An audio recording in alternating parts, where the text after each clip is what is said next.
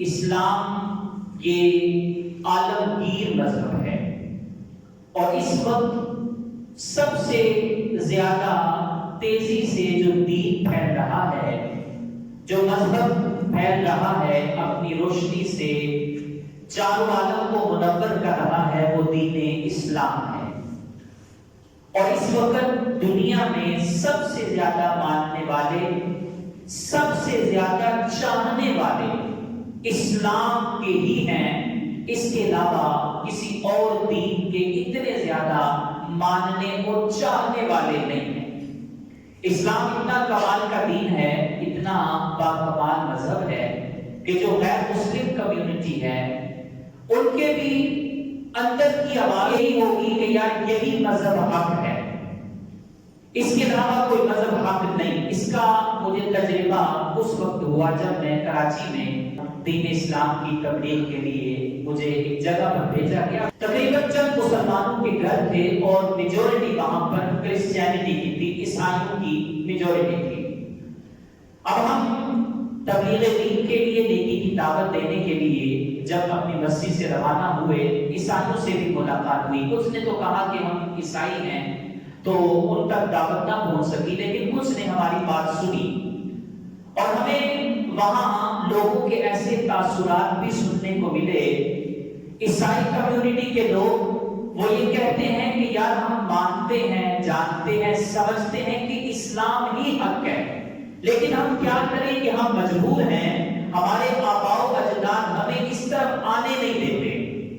ہم پڑھتے ہیں، ہم سمجھتے ہیں، ہم لکھتے ہیں اسلام کے بارے میں، لیکن ہمارے جو آباء و اجداد ہیں وہ ہمیں اس طرف آنے نہیں دیتے۔ خیر ان کا یہ عذر قابل قبول تو نہیں ہے، کیونکہ اس وقت اللہ تعالیٰ نے قرآن مجید فرقان حمید کے اندر جو اعلان کیا ہے وہ اعلان یہی ہے کہ اگر اللہ کے نزدیک کوئی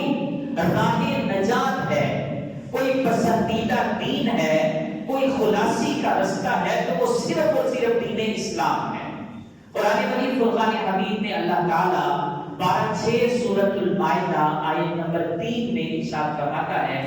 الیوم اکملت لکم دینکم واتممت علیکم نعمتی ورضیت لکم الاسلام دینا۔ نبی پاک اسلام کے ذریعے سارے لوگوں کو خطاب کیا گیا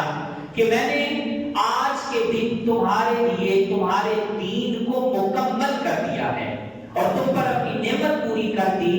اور تمہارے لیے دین اسلام کو پسند کیا ہے۔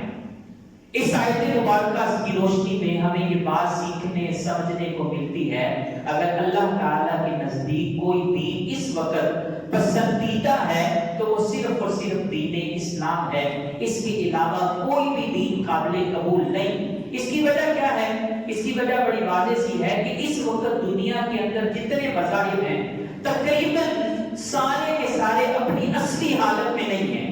ان کے جو حوار ہیں، ان کے جو پڑھے لکھے لوگ ہیں، انہوں نے اپنی مرضی کی باتیں دین کے اندر ڈال دی، اپنی چاہت کی باتیں ڈال دی، جو ان کے نفس پر گرا گزرا انہوں نے نکال دیا اور اپنے لوگوں کو، اپنے فالوورز کو وہی بتایا جو کہ ان کی اپنی پسند تھی۔ یہ وہ دین ہے،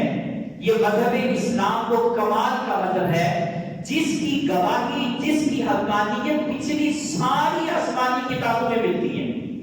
اللہ تعالیٰ نے صحیفے نازل کیے،